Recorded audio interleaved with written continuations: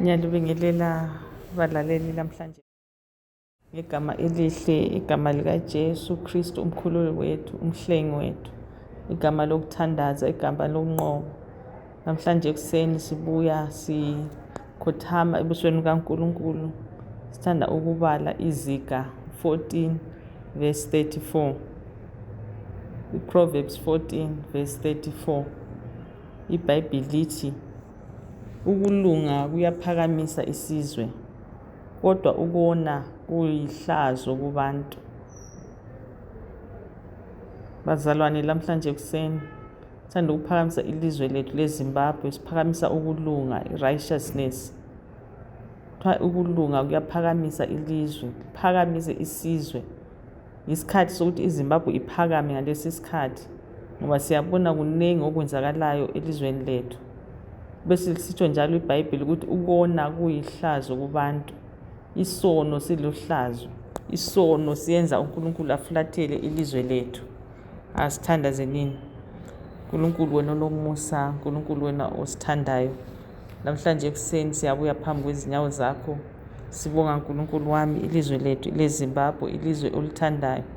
Sibonga Nkulunkulu wami ukuthi uzakhulula uthulule ukulunga kwakho kulesi sizwe seZimbabwe.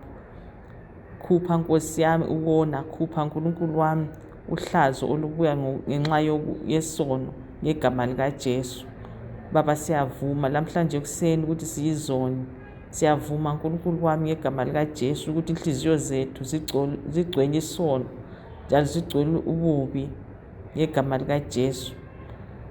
Kodwa namhlanje semadolweni Nkosi yamakhosi siyakhala sithi yehlisa ukulunga kwakho elizweni lethu, yehlisa ukulunga kwakho emulini zethu, enhliziyweni zethu ngegama likaJesu.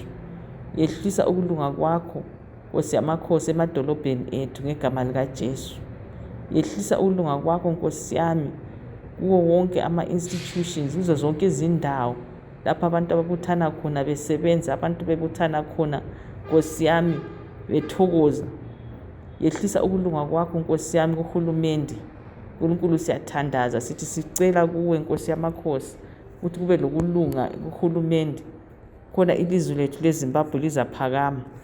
Siyabhidliza amandla esono, amandla ukuwona phezu kwabantu beZimbabwe, phezu kwemuli yeZimbabwe ngegama likaJesu. Siyabhidliza Nkosi yami isono enhliziyweni zethu esisenza sibe ngabantu abakhatshana kuwe. Nkulunkulu wami ngegama likaJesu siyavuma Nkosi yamakhosi ukuthi isono sesiyenze kwaba lohlazo elizweni lethu. Isono Nkosi yami yokuziphakamisa, isono Nkulunkulu wami yokukhonza izithombe, isono Nkulunkulu wami yokukhonza abanye othixo. Namhlanje siyaphenduka ngegama likaJesu sithi siyizono, siqolele Nkosi yami ngoba uhlazo seluphezu kwethu ngegama likaJesu. Khupha ngegazi lakho uhlazo oluphezu kwemuli yeZimbabwe. Khupha ngegazi lakho Nkosi yami uhlazo oluphezu kwehulumende, phezu kwemali zethu ezeZimbabwe, umkhonomi ulohlazo Nkosi yamakhosi. Khupha uhlazo oluphezu kwebandla lakho ngegama likaJesu.